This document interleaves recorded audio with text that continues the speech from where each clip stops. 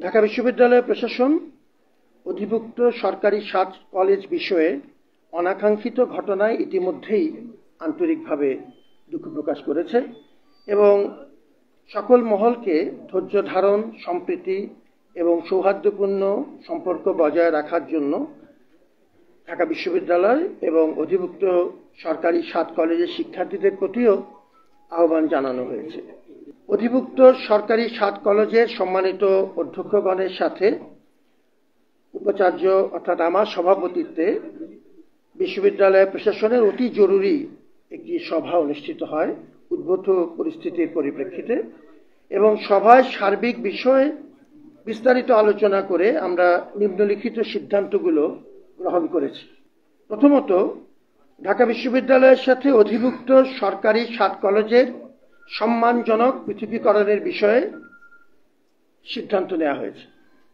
আমরা অনারেবল সেপারেশনের পথে যাচ্ছি, যেটি আমাদের ঢাকা বিশ্ববিদ্যালয়ের শিক্ষার্থী এবং 7 কলেজের শিক্ষার্থীদের একটি কমন দাবি। অধিভুক্ত সরকারি 7 কলেজের শিক্ষার্থীদের ভর্তি কার্যক্রম এই সিদ্ধান্তের আলোকে পরিচালনা সংক্রান্ত পূর্ববর্তী যে সিদ্ধান্ত আমরা নিয়েছিলাম সেটি পরিবর্তন করে আমরা 1 বছর এগিয়ে এনে এবছর থেকেই অর্থাৎ 2024-25 শিক্ষাবর্ষ থেকেই ঢাকা বিশ্ববিদ্যালয়ের অধীনে আর ভর্তি না নেওয়ার ব্যাপারে সিদ্ধান্ত গ্রহণ করা হয়েছে।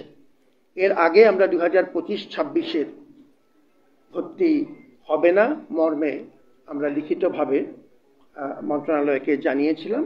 এখন সেটি আমরা 1 বছর এগিয়ে এনে এবছর থেকেই অর্থাৎ এই মুহূর্ত থেকেই সেটি কার্যকর করবার ব্যবস্থা সিদ্ধান্ত নিয়েছে এবং কার্যকরী ব্যবস্থা নেওয়া হবে।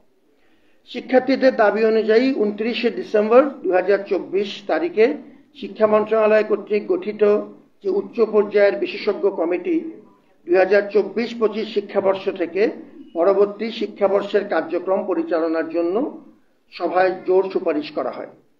এই কমিটিকে আমরা অনুরোধ করছি আমাদের পরবর্তী কার্যক্রম, শিক্ষা কার্যক্রম তাদের মাধ্যমে পরিচালনা করবার জন্য তারা যেভাবে সিদ্ধান্ত নেবে, এবং এই ক্ষেত্রে ঢাকা বিশ্ববিদ্যালয় প্রশাসন পূর্ণ সহযোগিতা করবে কমিটি।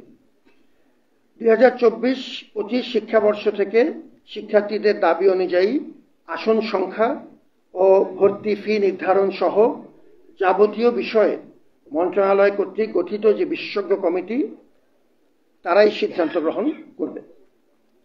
পঞ্চমত, যেসব শিক্ষার্থী বর্তমানে ঢাকা বিশ্ববিদ্যালয়ের চলমান শিক্ষা কার্যক্রমের অধীনে রয়েছেন তাদের ক্ষেত্রে বিশ্ববিদ্যালয় প্রশাসন দায়িত্বশীল থাকবে যাতে তাদের শিক্ষা জীবন কোনোভাবেই ক্ষতিগ্রস্ত না হয়।